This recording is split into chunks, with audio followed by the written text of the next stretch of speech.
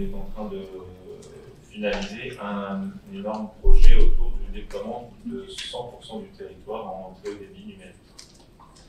Le sujet qui nous occupe aujourd'hui, c'est autour de ce que moi j'appelle la sobriété numérique dans les collectivités. Donc c'est directement en lien avec la loi, effectivement. Nous, en matière de sobriété numérique, on a différents types d'actions.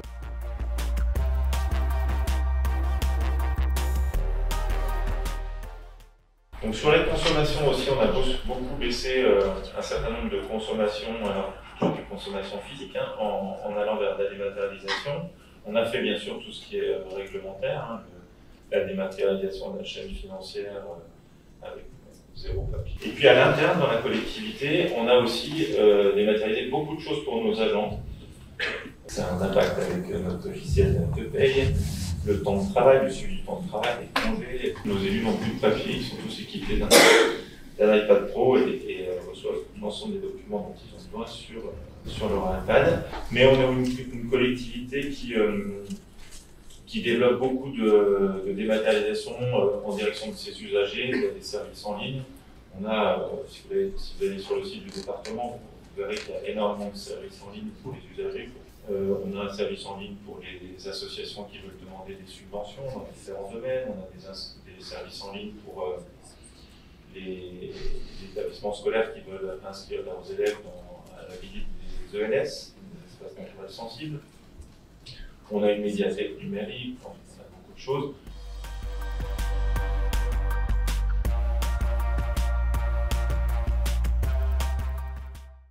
On a besoin de travailler sur l'organisation de notre système d'information. Donc on a aussi des enjeux de rationalisation et de réflexion sur l'architecture de notre système d'information en termes d'applicatifs.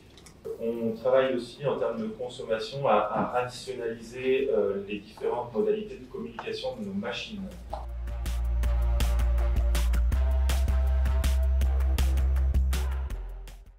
Chez nous, la vidéo a eu du mal à décoller avant la crise sanitaire, et maintenant c'est une pratique hyper ancrée. On est actuellement à peu près à 8000 visios, donc en poste à poste par mois, et 500 conférences, donc avec des salles par mois aussi. Nous, là aussi, le télétravail, c'est quelque chose, c'est une pratique qui est déjà bien ancrée depuis 2014.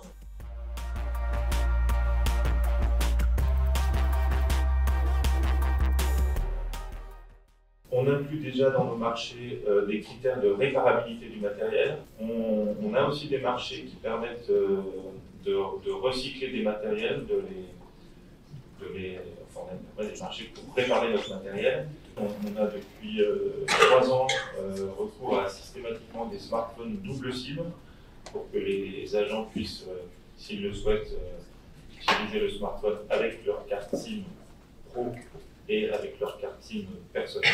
On a un système qui permet la vente du matériel en bout de course à nos agents qui le souhaitent. Ce qu'on fait beaucoup plus, c'est qu'on réoriente le matériel vers des associations qui font du reconditionnement en direction des publics précaires.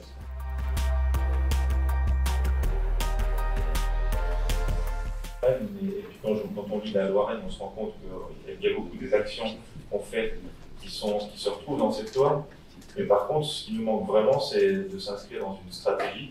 On n'a pas d'indicateur clair, on en a sur la consommation. Et donc c'est sans doute ce que la loi Rennes va nous permettre de faire avec l'écriture de la stratégie qu'on fera avant 2020.